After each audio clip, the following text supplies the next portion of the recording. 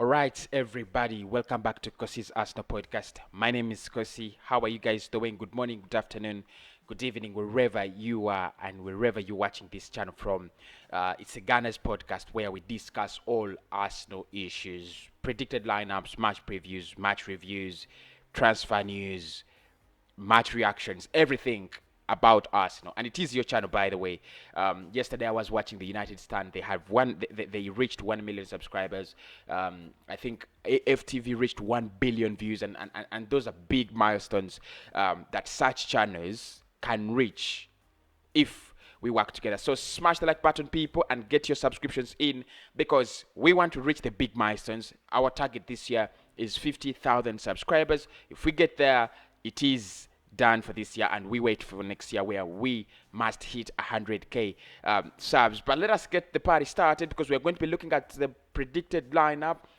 Arsenal up against Burnley. It's going to be a game that I think Arsenal have to win, and I'm really convinced that we are gonna win it because if you look at my team, the first three players, they show you how much I do not rate Burnley and how much I do not feel that Burnley is a very serious side that's going to give us a lot of problems. But we have to set out in a way that gives Burnley some respect because first and foremost we lost to them in the first leg. The other reason as to why we need to respect Burnley is they play a very, very different kind of football than the last opponents we played, Benfica and Leicester City. And I don't want us to draw a lot of confidence from Benfica and Leicester City games because one, I think Burnley is the opposite of Leicester City. Burnley is the opposite of Benfica. They play a low block. And I've always said this, when Arsenal meets clubs that play a low block,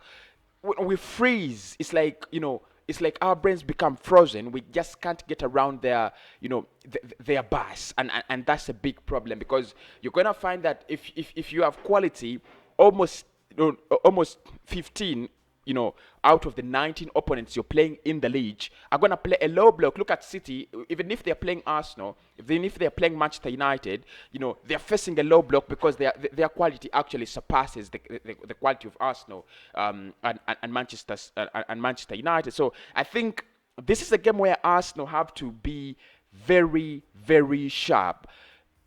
And I expect players like Martin Odegaard, players like Willian and Pepe to be at their best, players like Bukayo Saka to be at their best. I don't know whether he's going to give him, game time, or actually he's going to, rotate him still until the Olympiacos game. But I expect them to be at their maximum performance because this is how you beat Burnley. You don't pass sideways, you don't pass backwards. That kind of football can't beat them. The only way you're gonna beat Burnley if you're sharp enough and you're a little bit fast and quick.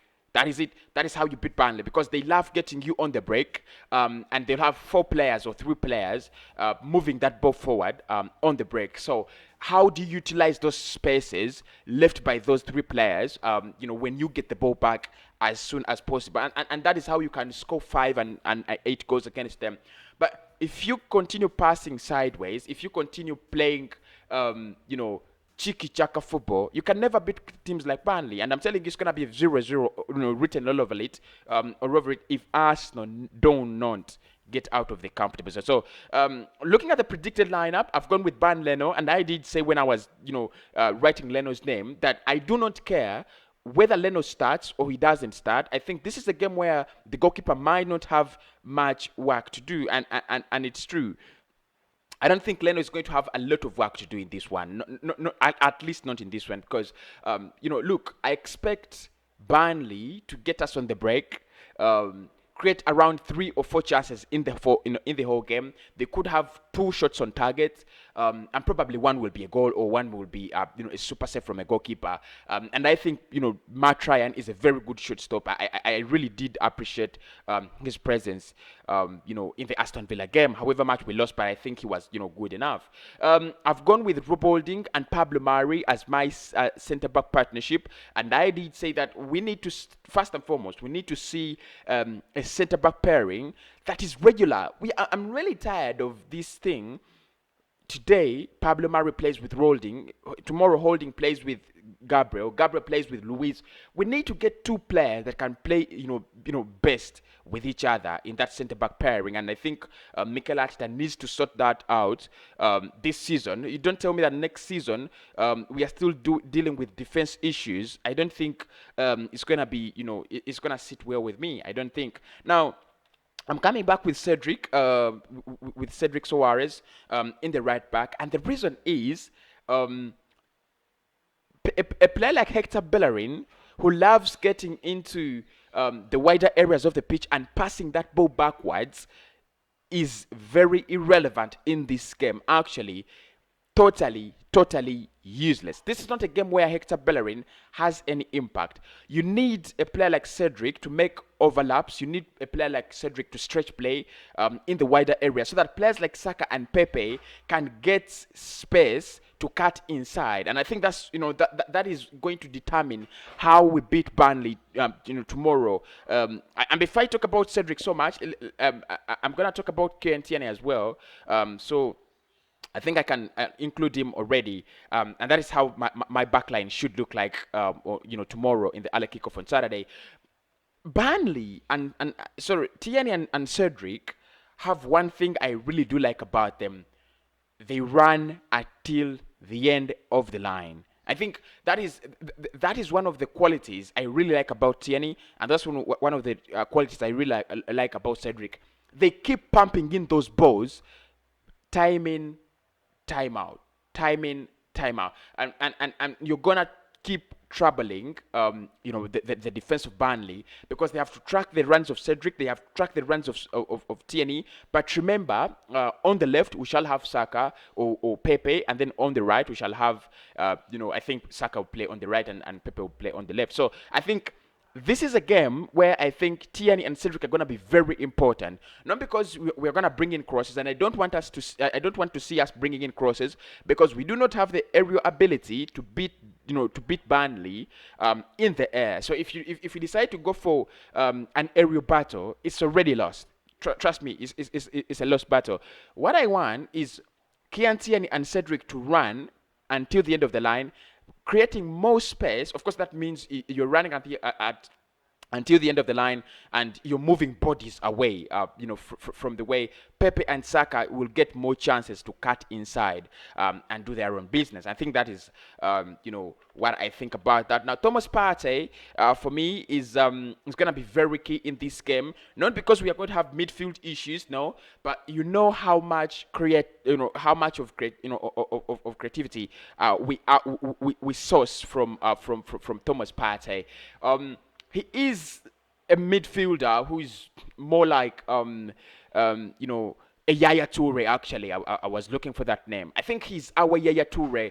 That midfielder that's a little bit hard enough to look like a defensive midfielder. But in actual sense, when he gets the ball, he's going to do something very, very intelligent, better than a CDM or high class level CDM, actions. I think that's what you call him. And I think this is going to be one of the games where we need him. We need him to identify those players that have that are in space. Those players that have actually put themselves in such situations that they are able to receive the ball. And I think he does that very well. We saw that against Leicester City when he came on. Everything settled, everything went back to normal, and I want to see that in tomorrow's game. I want to see him trample Burnley. I want to see him destroy Burnley in the midfield, try to pass those balls forward. I think that's the difference he has with Danny Ceballos. When Danny is playing, we are not sharp, we are not quick, and we love passing the ball sideways and backwards. When Partey plays, we are sharp, we are quick, we have long balls accurate into the final third of the enemy, and we are always passing that ball forward. There is no doubt the only man who can actually play with Thomas Partey these days is Granit Xhaka, and his performances of recent, his performances have been quite significantly decorated. I mean, I should say they've been so decorated. He's having one, I think when he was at Gladbach, by the time we bought him, he had that kind of season like he's having right now. He's He's doing everything so right. He's just on fire. And of course, I had a very big debate with people on this channel, fans of this channel, telling me, Kosi, Xhaka needs to, to stay. And actually, someone warned me and told me, this is the last time I'm telling you, Xhaka needs to stay. And I was like, really? Could you say this 10 months ago? Could you say this 5 months ago?